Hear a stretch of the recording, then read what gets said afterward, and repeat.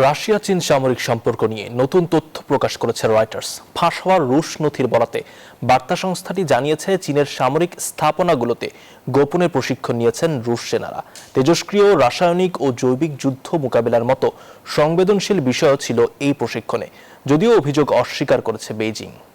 Ukraine যুদ্ধের 4 বছর পেরোলেও Russia চীন সম্পর্ক নিয়ে প্রশ্ন থামছে না। এবার নতুন বিতর্ক উস্কে দিয়েছে রয়টার্সের এক অনুসন্ধান। সংবাদ মাধ্যমটির হাতে আসা গোপন রুশ নথি অনুযায়ী ইউক্রেন যুদ্ধ সংশ্লিষ্ট বিষয়ে রুশ সেনাদের গোপনে প্রশিক্ষণ দিয়েছে চীন। নথিতে বলা হয়েছে, 2025 সালে রুশ প্রতিরক্ষা মন্ত্রী আন্দ্রি ভ্যালোশোভের অনুমোদনে একটি রুশ সামরিক প্রতিনিধি দল চীনের বিভিন্ন সামরিক স্থাপনায় প্রশিক্ষণ নেয়। প্রতি সপ্তাহে সর্বোচ্চবার বিকাশ পেমেন্টে 50 জন হবেন পেমেন্ট চ্যাম্পিয়ন। জিতে নিন টিভি সহ আকর্ষণীয় সব প্রাইজ। প্রশিক্ষণের বিষয়বস্তু ছিল অত্যন্ত সংবেদনশীল, তেজস্ক্রিয়, রাসায়নিক ও জৈব হামলা মোকাবিলা, দূষিত পরিবেশে সামরিক অভিযান পরিচালনা এবং বিশেষ গোয়েন্দা কার্যক্রম। এতে দুই দেশের উচ্চপদস্থ সামরিক কর্মকর্তাদের সম্পৃক্ততার কথাও উঠে এসেছে।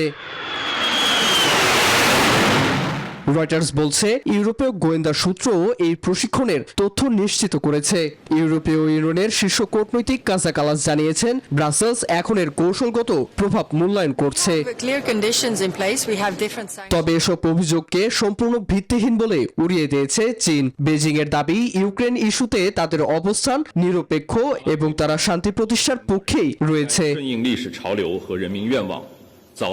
বিশ্লেষকদের মতে, যুদ্ধক্ষেত্রে রাশিয়ার বাস্তব অভিজ্ঞতা এবং চীনের উন্নত সামরিক প্রযুক্তির সমন্বয় পশ্চিমা দেশগুলোর জন্য নতুন কৌশলগত উদ্বেগের কারণ হয়ে উঠতে পারে।